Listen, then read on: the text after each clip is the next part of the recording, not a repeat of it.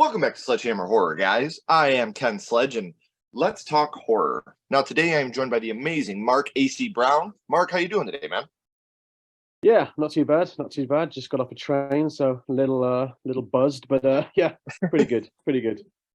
No, it's amazing to have you here. But before we talk about why you're here, Mark, I would like for the people that don't know you to get to know you a little bit. Mark is a writer-director who was recently taken home the Best Picture Award at Kevin Smith's Smodcastle Film Festival for his second feature, Dead on the Vine. That's an amazing accomplishment. How was that to win that award?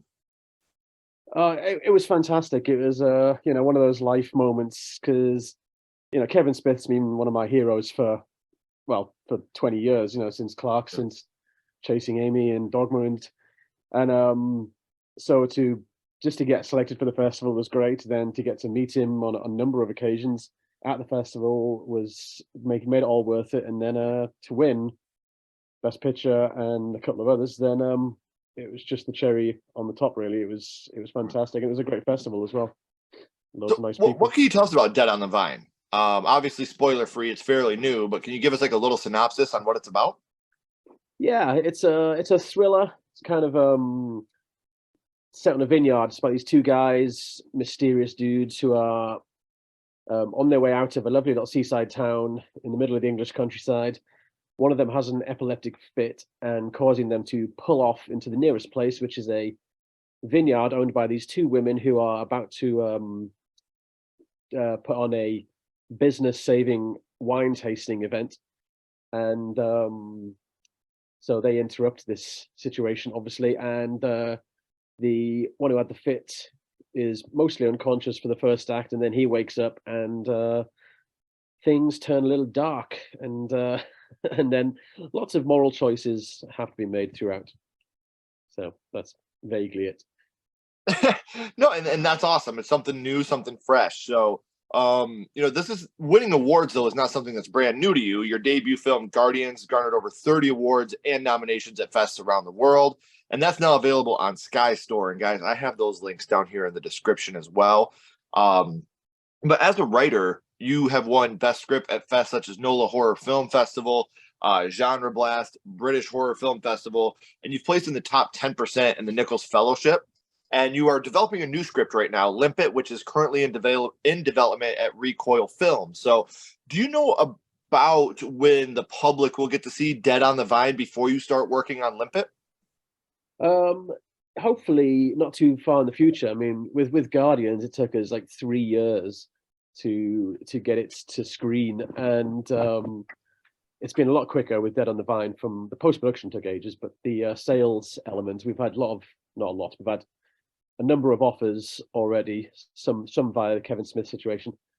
And my producer's just taking it to Berlin this week to do the rounds there, and then sometime in April we'll choose who we go with, and hopefully it should be out worldwide at some point during the summer.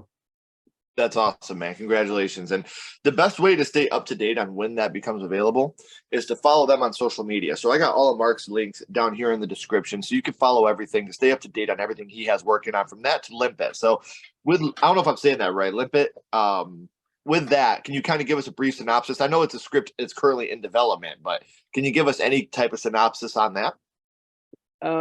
Yeah, but it's I describe it as Cronenberg by the sea. It's a body horror comedy about these parasitic shellfish that latch onto your bones and then grow through your skin, Ooh. and then take fire out into they kind of procreate by blasting out these little spores into people. It's pretty disgusting. Came from a dream. And it's set in this northern seaside town of Whitby, which horror fans may have heard of because it's in Dracula. Mm-hmm. And Bram Stoker spent a lot of time in Whitby, and there's the Bram Stoker Film Festival there. And it's this amazing seaside town that I grew up going to every weekend, pretty much. And it's a weird mishmash of a place with loads of as the Europe's biggest goth festival every year there, and which is an incredible sight. And so the film centers around these parasites that somehow invade this small town, and people have got to stop it essentially before it gets to the goth festival and infects like 30,000 Right.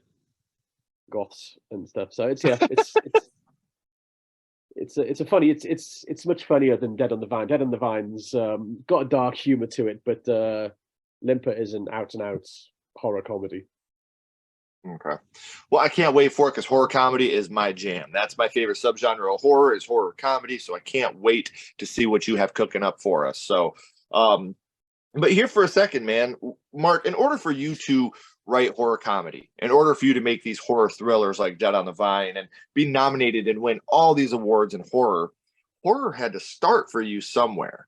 So now I would like to go back to the past and talk about how horror started for you, your first horror movie. And Mark, the first horror movie you watched was? Yeah, it was a difficult question to answer this because I started watching films so early. So we're going to go with Poltergeist.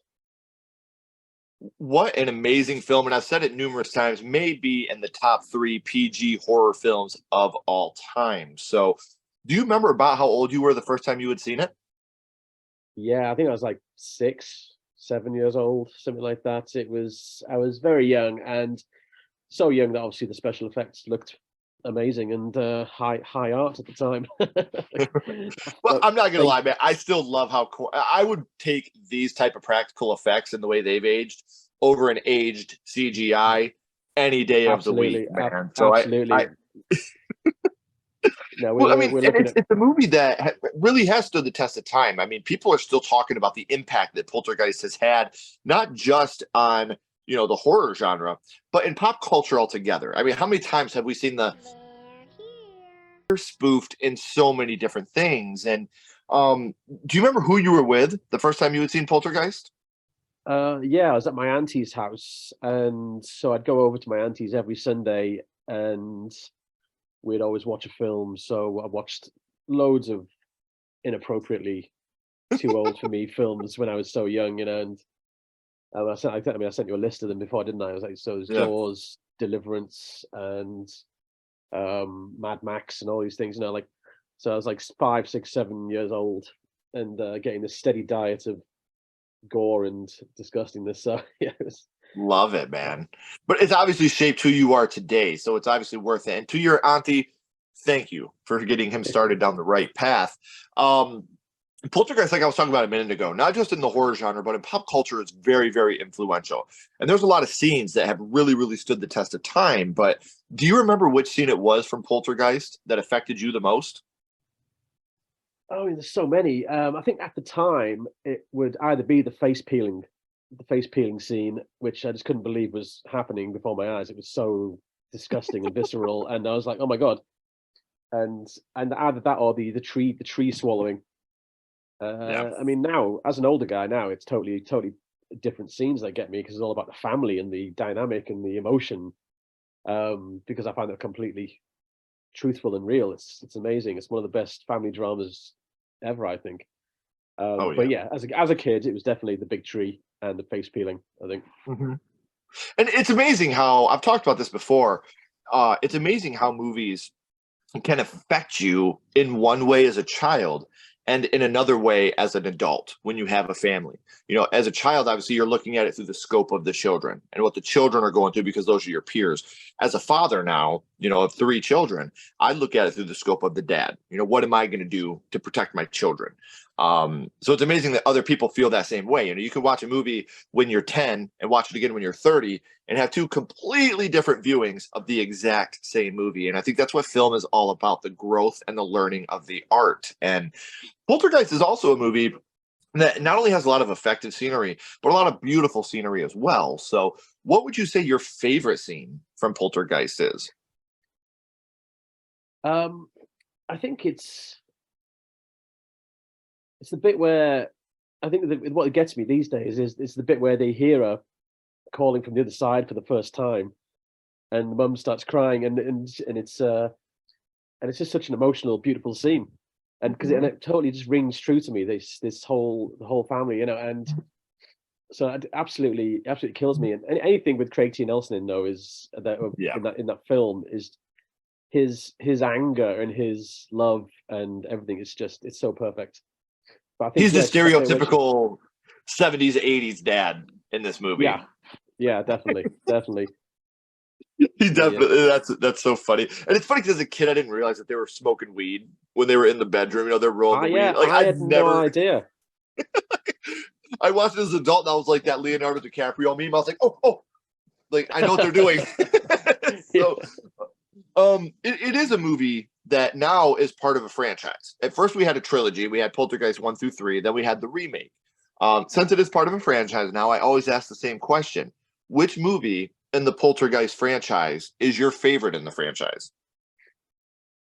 Yeah, I think the first one definitely. Although the second one I think is fantastic as well because it has one of the great villains in Oh Kane yeah. and stuff like that. And again, some of the scenes in the second one with the tequila worm and the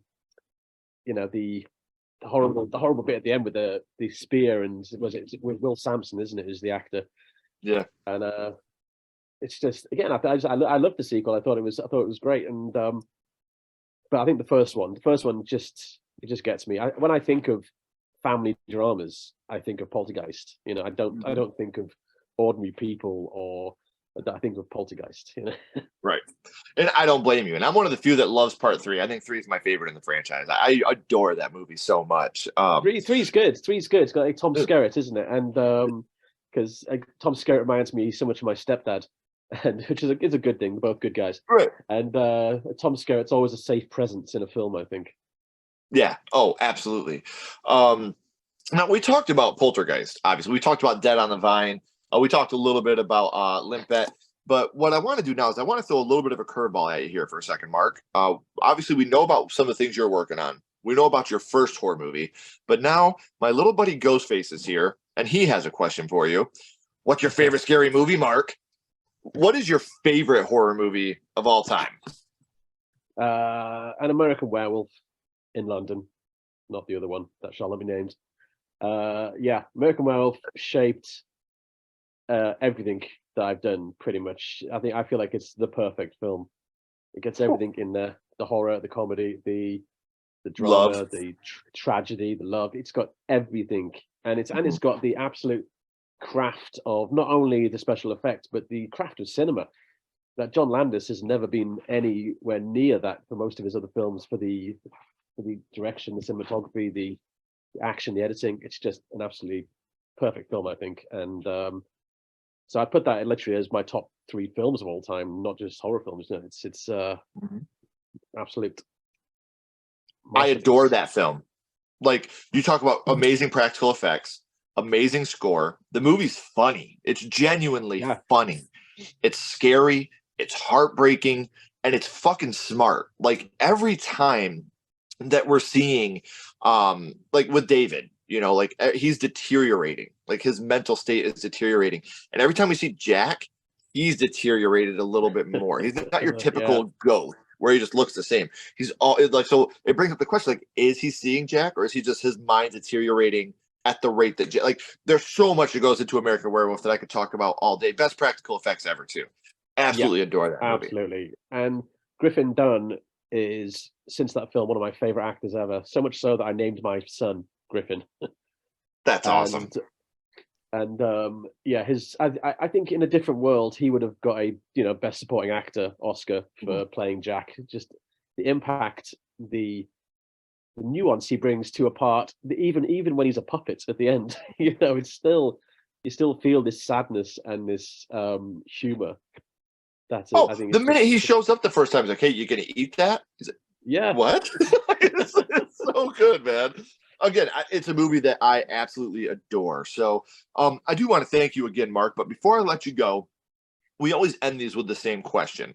What we're going to do, my friend, is we're going to bounce back to Poltergeist.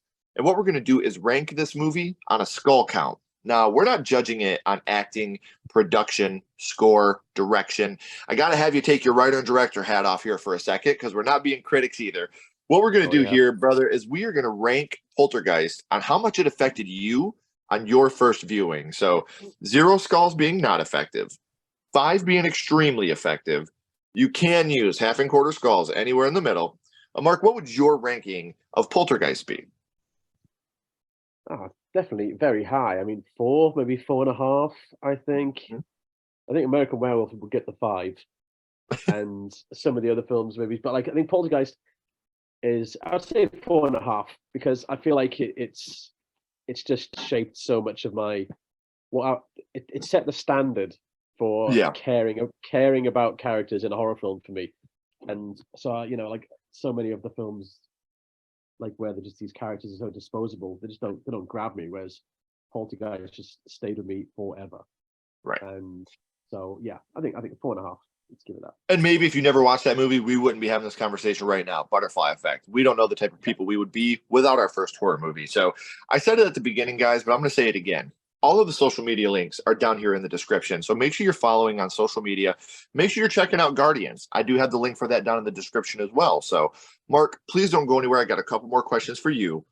Everybody else, as always, if you haven't already, please make sure you're also following Sledgehammer Horror on social media. That way you can stay up to date on everything we're up to as well. Make sure you like and subscribe to this video. It really helps us more than you know. And until next time, guys, keep talking horror, stay what you are, and we'll see you guys soon.